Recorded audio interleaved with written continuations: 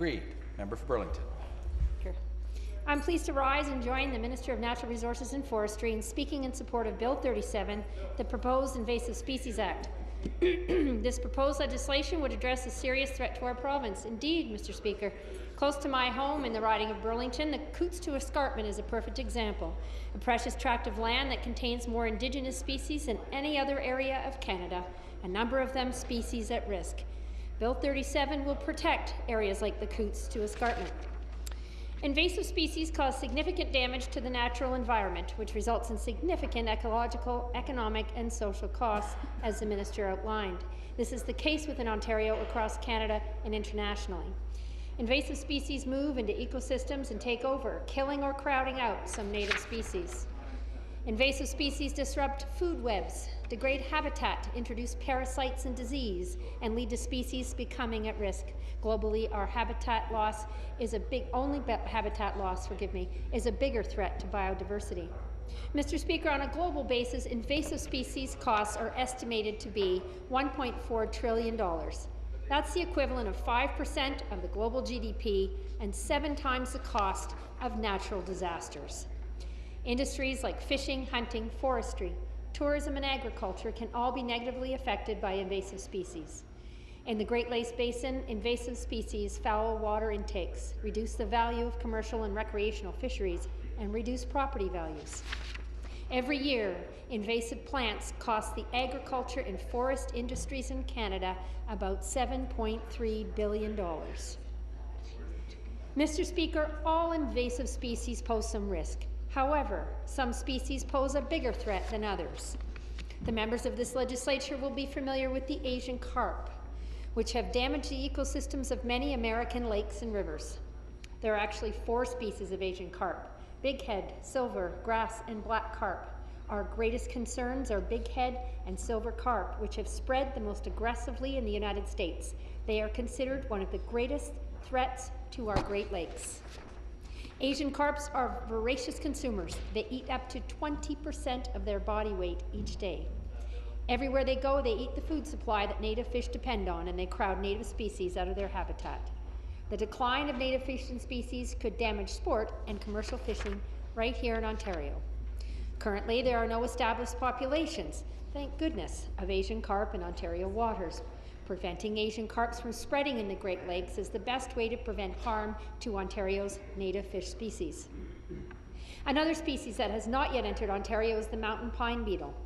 In British Columbia, it has destroyed millions of hectares of pine trees, and reports have predicted that climate change, a major underlying cause of the proliferation of invasive species, may allow the beetles to spread north and east. The cost of fighting the mountain pine beetle is staggering. Since 2001, the BC government has spent close to $1 billion fighting this one insect. Invasive plants may not be as well known, but they are also a serious threat. One of them, hydrilla, is considered one of the world's worst aquatic invaders. It can grow up to 2.5 centimeters a day, resulting in extremely dense growth that impacts boaters and swimmers. Hydrilla has not yet been detected in Canada, but it has spread rapidly throughout the United States. It is highly adaptable and thrives in many different kinds of aquatic environments. Asian carp, the mountain pine beetle, and hydrilla aren't yet established in Ontario, as I mentioned, but we are managing many invasive species that have become established here. Some invasive species can be a threat to human health. One example is the giant hogweed, a plant introduced from Asia. Its toxic sap can cause painful burning blisters on the skin when exposed to sunlight. In addition to that threat, this plant can spread readily and shade out native plants, which have an impact on our biodiversity. Mr. Speaker, another invasive species that is already established in Ontario is the round goby. It is a small, bottom-dwelling fish that feeds aggressively on fish eggs, larvae, and other small organisms found on lake and river bottoms. In less than a decade, the round goby has spread through all 5 of our Great Lakes and begun to invade inland waters. The round goby's aggressive eating habits and ability to spawn several times each season have helped them multiply and spread quickly. In fact, in some areas, the fish has reached densities of more than 100 fish per square meter. Round goby have threatened populations of sport fish and threatened several species at risk in our Great Lakes Basin. Mr. Speaker, there is no question that the threat of invasive species is real and significant. Managing the threat of invasive species is challenging and complex. It requires a coordinated approach. Indeed, managing invasive species has always been a collaborative effort across all levels of government, as well as with industry, environmental groups, and the public. Ontario plans to continue to collaborate with all of those involved in invasive species management, including the federal government, which has an important national role to play in invasive species management. Indeed, I want to be clear. Our proposed Invasive Species Act is intended to complement the role of the federal government, not duplicate or take over their responsibility. The proposed Invasive Species Act will enable Ontario to use its own framework to determine an appropriate course of action. Mr. Speaker, preventing invasive species from arriving and becoming established in Ontario is critical in our fight against this growing threat. Evidence has shown that the costs of preventing invasive species from already becoming established through taking immediate action are generally much lower than the costs of controlling an established invasive species. Like so many things, Mr. Speaker, an ounce of prevention is worth a pound of cure. We know there may be many circumstances that arise where immediate and urgent action is required to eliminate or reduce the spread of an invasive species. This could happen if a new invasive species is found in Ontario or an existing invasive species is found in a new area of the province. The proposed legislation will help by allowing the government to intervene earlier and enable rapid response actions. This could include working with partners to stop an invasive species from spreading, for example, by preventing or restricting the movement of contaminated firewood. Mr. Speaker, as I noted earlier, addressing the threat of invasive species is a collaborative effort. I would like to take a few minutes to highlight a few of the many enduring partnerships our government has built in the area of invasive species management and education. We place tremendous value on these relationships, and I would like to take this opportunity to thank all of our ministry stakeholders for their valuable advice and for giving of their time and talents to enrich our public policy work as a government. Ontario works with the Great Lakes states and the US and Canadian governments to prevent aquatic invasive species such as Asian carp from entering the Great Lakes. Indeed, there is a federal office in my riding of Burlington which is doing extensive work in this area. We have been working with the Ontario Federation of Anglers and Hunters for more than 2 decades to deliver the Invading Species Awareness Program. The program raises awareness of the threat of invasive species to Ontario's biodiversity. It engages the public in preventing and controlling the spread and monitoring the distribution of invasive species. This program also operates the Invasive Species Hotline to give the public an avenue to report sightings, seek information, and request educational material on invasive species. More recently, we established the Invasive Species Centre in Sault Ste. Marie to work with the federal government and other partners to address invasive forests and aquatic species and invasive plants. Ontario has provided approximately $9.7 million towards the establishment and operation of this centre. Partnerships such as these are helping us to protect our natural environment and industries that contribute thousands of jobs to our economy. One example is recreational fishing, an industry that contributes about $2.2 billion to Ontario's economy and is also a notable contributor to our tourism industry. Mr. Speaker, Ontario will continue to collaborate and work with these partners, and if passed, the proposed Invasive Species Act could help us expand the use of strategic partnerships. The proposed act would provide the minister with authority to enter into agreements to help us prevent, detect, control, and eradicate invasive species. As such, the legislation will provide us with the tools we need to protect our environment and our economy. Under the proposed act, regulations could be made to prohibit certain activities to help prevent the spread of an invasive species. Agreements could identify exemptions that would be necessary to achieve desired outcomes. For example, an agreement with a local conservation partner could allow the partner to undertake a program to control species such as garlic mustard. The partner would be able to possess the plant during the control activities and then dispose of it properly. As I said earlier, managing invasive species is a shared responsibility, shared with other governments, industry, environmental groups, and the public. In fact, Ontarians can report sightings of invasive species to help us detect new ones and monitor the spread of those that are more established. And we can all play a role in protecting Ontario's biodiversity. How can we do this?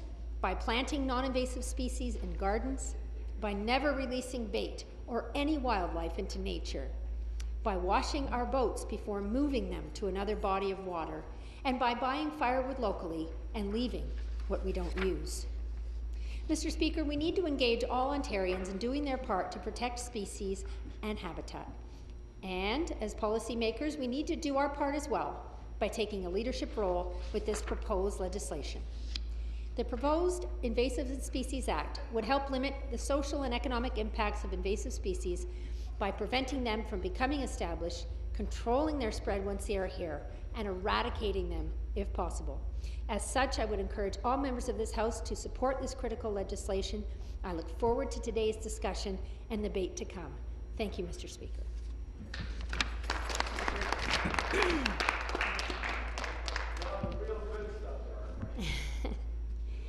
In the meantime, Mr. Speaker, it is my honour and pleasure to stand in this House and spend some time talking about my journey to public life, talk about what I hope to accomplish and bring to public service during my time here, and thank the people who have helped me along the way. It is worth noting that in strict terms, this is my inaugural speech, Mr. Speaker, and that I've already had the honour and privilege of speaking on a number of occasions and to items that are not just of local interest and concern to the people of my riding of Burlington, but to Ontarians as well. I must say that I am rather glad to have had these few months to begin to become accustomed to this historic and storied place and the work that we do here. As such, I can now look back on the past few months with a bit of perspective and experience. Speaker, if this speech were to have a theme, I would say that it is gratitude. There are many people to thank and many things to be grateful for. Let me begin by thanking the people of Burlington for the confidence they expressed in me on June the 12th. I am humbled by that confidence, and I look forward to serving them in this place and to working with them towards improving the quality of life of all of the people in our beautiful city. It is an honor and a privilege to have this opportunity to make a difference in people's lives, to be entrusted with their hopes and dreams, as well as their challenges. I'm grateful to have the chance to work on behalf of such an extraordinary community and with such kind and generous people.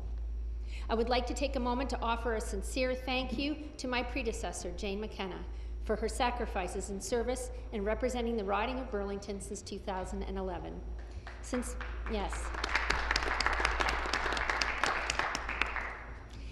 my election, I have come to know what Jane knew during her 3 years of able service here. The hours are long, the time away from family significant. Thank you, Jane, for representing Burlington in this place so ably.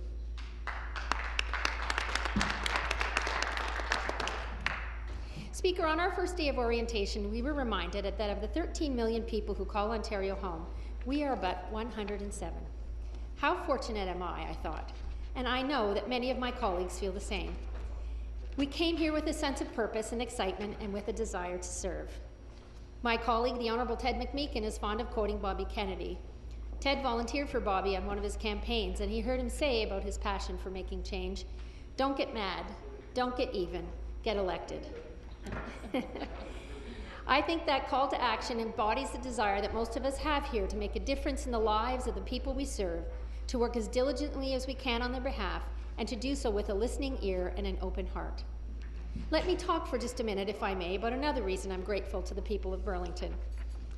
I am not from Burlington. I was born in Windsor, Ontario. I came to Burlington in 2005. My late husband and I chose Burlington. He was an OPP officer, and to a certain degree we had a choice of where we wanted to live in the GTHA. We chose Burlington for its beauty and for its people and for our families. My brother and his wife have called Burlington home for over 20 years. During that time, as a result of numerous visits, we fell in love with Burlington and decided to settle there, which we did in the summer of 2005. Since that time, my affection and my ties to the community have deepened. Burlington has been very good to me, and I'd like to thank my friends and my community for their warm embrace. Since becoming your MPP, your kindness and your graciousness has been nothing short of overwhelming. I'm grateful for you for making this native of Windsor feel right at home in Burlington. I can honestly say there is no more beautiful place to live in our province than Burlington. I'm delighted to have this opportunity. That may be a moment of debate, Mr. Speaker. I'm grateful to have this opportunity to thank everyone who helped me during the election campaign this past June. To our extraordinary volunteers, our wonderful staff, most especially our dedicated campaign manager, our generous donors, to the members of the Burlington Riding Association, the words thank you don't seem quite enough. Your support and your encouragement, your confidence expressed in me as your candidate, your kind words of comfort when I needed it most. For all of this and so much more, thank you from the bottom of my heart. Your support for me helped me during the election campaign, and it will serve to guide me in my work as the first Liberal in Burlington in 71 years.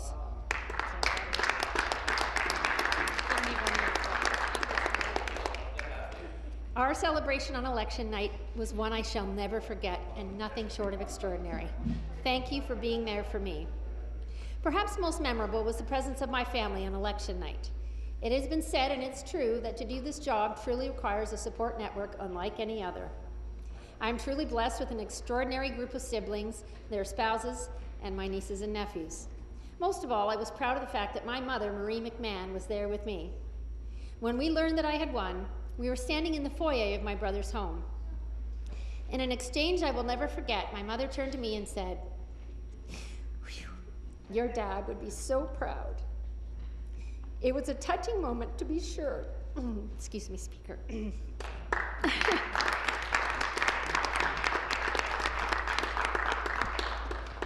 But it brought home to me, as indeed did my decision to run, that I was truly fortunate to have been raised by two extraordinary people who taught my brothers and sisters and I about the true meaning of working hard, giving back, and community service. My dad, Hugh McMahon, died in 1994 of cancer. Dad worked hard all his life. His family was his greatest joy. His own childhood was marked by challenging moments, from growing up during the Depression to the start of the Second World War. Dad enlisted in the Canadian Army at the age of 16. He lied about his age. He went overseas and served his country as part of the Canadian 1st Regiment. He landed in Sicily, saw action during the Italian campaign, and later took part in the liberation of Holland. A proud moment for me came in 2007 while attending with an official delegation from Burlington City Hall, the city of Apeldoorn, one of Burlington's twin cities. We visited the Canadian War Cemetery in Nijmegen. A number of soldiers from my father's unit are buried there, and his regimental crest is in the Apeldoorn City Hall. Dad returned to Canada after the war and married my mother Marie in 1948. He attended university briefly in Toronto and returned to Windsor, where he worked at Chrysler until 1981. 7 children followed, as did a life of community service in the militia and to many local organizations. My mother, who I think is watching today, is a shining light for me. Mom will be 89 on Thursday. She was born in Glasgow and grew up in Windsor. A pioneer in so many ways and a strong believer in education, Mom attended Assumption University, then part of the University of Windsor. She got a science degree and served as a laboratory technologist at Windsor's Grace Hospital for most of her career. She and Dad both felt very strongly that education provided a gateway of opportunity, and they encouraged us in every way possible. Mom was adamant too that as women, there were 5 of us girls. We must have our independence, our own income, and the ability to make our own decisions. Mom is tiny in stature, but mighty in every other sense of the word. Her love for her children, her care and concern for others, her utter selflessness have shaped my life in amazing ways. I would not be standing here today without her. To you, Mom, I offer my undying love and thanks. Thank you for making me feel like I could do anything.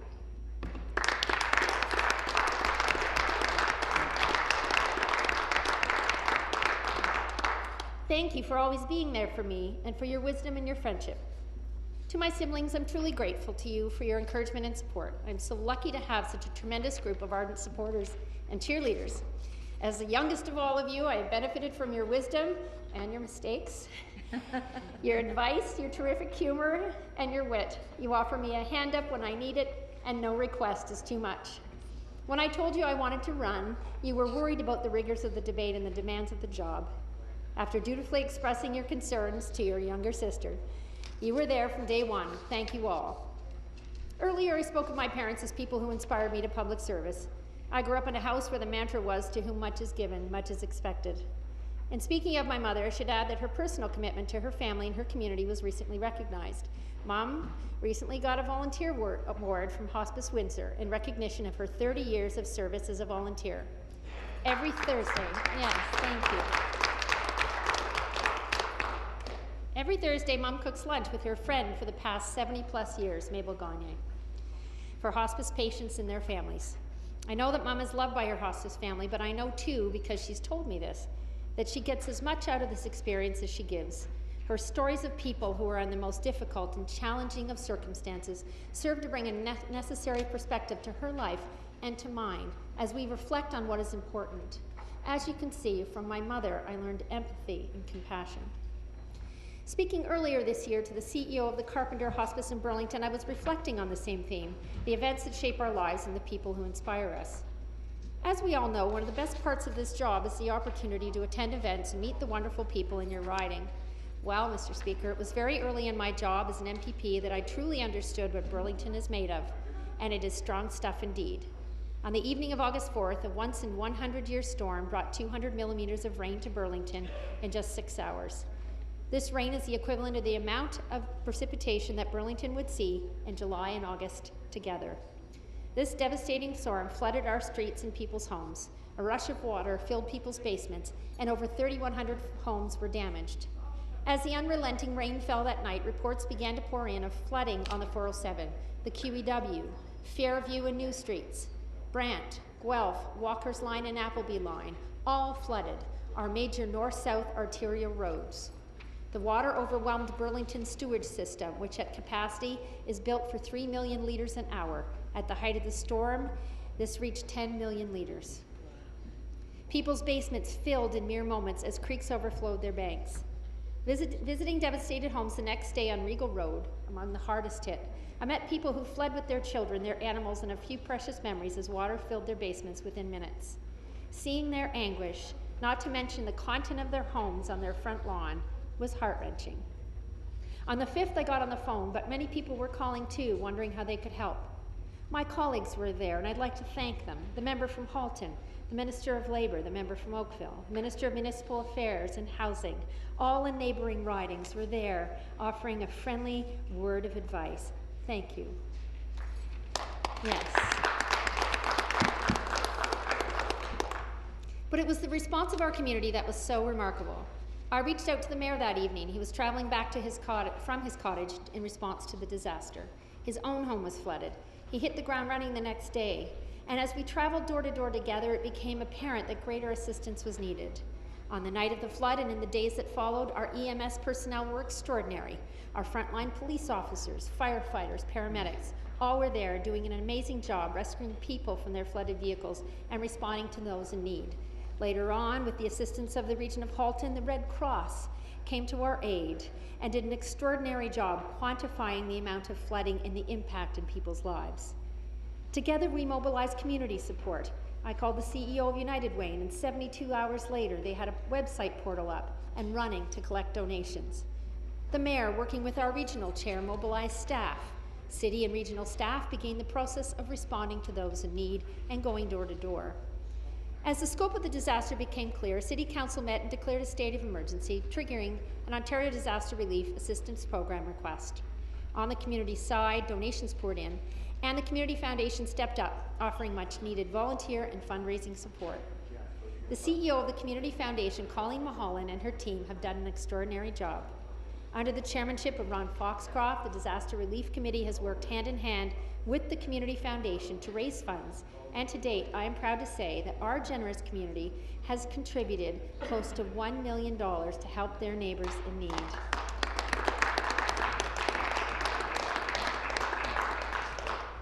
Indeed, one of the truly wonderful things about Burlington is how generous our community really is.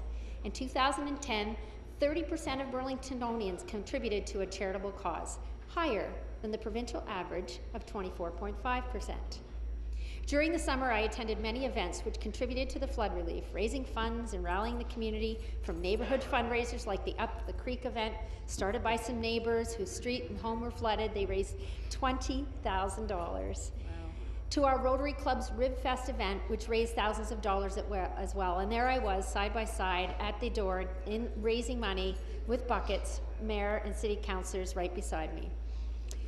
While the scope of the disaster made for a challenging summer for our community, while much of the hard work remains to be done by the committee as they adjudicate requests for funding, I am proud to say that on November 10th, my colleague, the member from Halton, and I announced that our government would be contributing up to $3 million to support Burlington and its flood relief.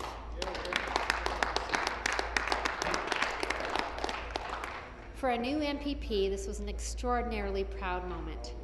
Speaker, the election provided me with an excellent opportunity to speak to some of the opportunities and challenges facing our community. During that time and since, I've had many conversations about the kind of Burlington we all want, now and into the future. Burlington has one of the highest median incomes in Canada, and we enjoy an excellent quality of life overall. Still, there are challenges. As the recent Vital Signs report by Burlington's Community Foundation shows, Burlington has one of the oldest populations in the GTHA, and while most of our seniors are aging successfully, over 5% of them are living in poverty. More broadly, close to 8%, or over 13,000 of our residents in Burlington, are living in low-income households. And when it comes to housing, access to affordable housing remains a barrier to many. When it comes to employment, Burlington's doing well with stronger employment levels than Ontario as a whole. The number of jobs is up 7%, and the number of businesses up 4% since the 2012 employment survey. To maintain this excellent quality of life, I've had conversations about how, as a community, we can work together to tackle some of our challenges. Burlington is built out. Therein lies another challenge. Our growth will come from infill and density, and with growth comes the need for stronger transportation networks. I look forward to working with the City Hall, our region, local businesses, citizens group, and my colleagues in the House on creating transit hubs in Burlington and encouraging the kinds of alternative transportation, cycling and walking, that will make our community more connected, more livable, and attract investment. Issues such as food security, investing in our agri-food sector, which is a strong sector locally, and continued investments in health and education will continue to dominate my conversations in the months and years to come and remain areas of strong local focus. In particular, youth and adolescent mental health is another area which is in significant need of focus, as demonstrated again by our Community Foundation and their work. I've also had terrific conversations about how working together we can find solutions to these important issues. On a final note, Mr. Speaker, I started this speech talking about what brought me here, what I hope to accomplish. I want to close my remarks by mentioning someone who's no longer here, but who had and continues to have a very positive impact on my life. On June 6, 2006, my late husband, Greg Starboard, a veteran OPP officer with 24 years experience in policing, was killed by a careless driver. Greg died not in the line of duty, but doing something he loved. We were training for a triathlon. He'd recently purchased a new bike, and with the beautiful day beckoning, set out on a training ride from which he never returned. Greg's tragic death at the age of 44 in a senseless collision was a life-changing event for me, for my family, and for his as well. His legacy lives on in me, and my desire to do in this place to continue the work I started to create a more bicycle-friendly Ontario. Our response to Greg's death came on many fronts. First, working with then Minister of Transportation, the Honourable Jim Bradley, we changed the Highway Traffic Act. In 2009, after sustained advocacy, we got Greg's Law passed, increasing the penalties on suspended drivers based on similar legislation in 6 other provinces. The man that killed Greg had 5 convictions for driving under suspension, 4 convictions for driving with no license, $15,000 in unpaid fines, and 2 months after he killed my husband, he hit someone else. As you can imagine, Mr. Speaker, this instilled in us the importance of focusing on that advocacy and securing those changes to the Highway Traffic Act. And so our goal was to prevent others from going through what we did, and we wanted to get those repeat offenders out from behind the wheel and off the road. Greg's Law became the law of Ontario in October of 2009.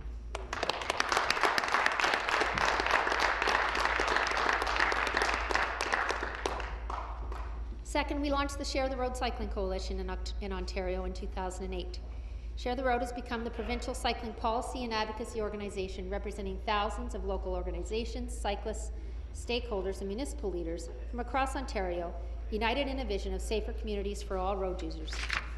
In 2012, I had the privilege of sitting on the Coroner's Review into Cycling desk in Ontario and secured a recommendation for an Ontario cycling strategy.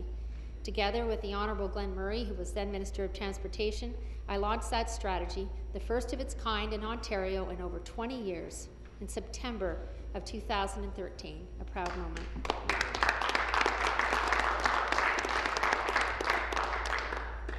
In Greg's memory and in memory of all the cyclists who've been killed and injured, I look forward to continuing the work we started at Share the Road. And together with all members of this House, given the tremendous benefits of cycling, I look forward to making our communities and our province even more bike-friendly in the years to come. In the interim, Mr. Speaker, I would like to thank you and my colleagues and all the members of this House for their gracious welcome, for your friendship and your support, for this opportunity to share my thoughts with you, and for the privilege of being the MPP for Burlington. Thank you, Mr. Speaker.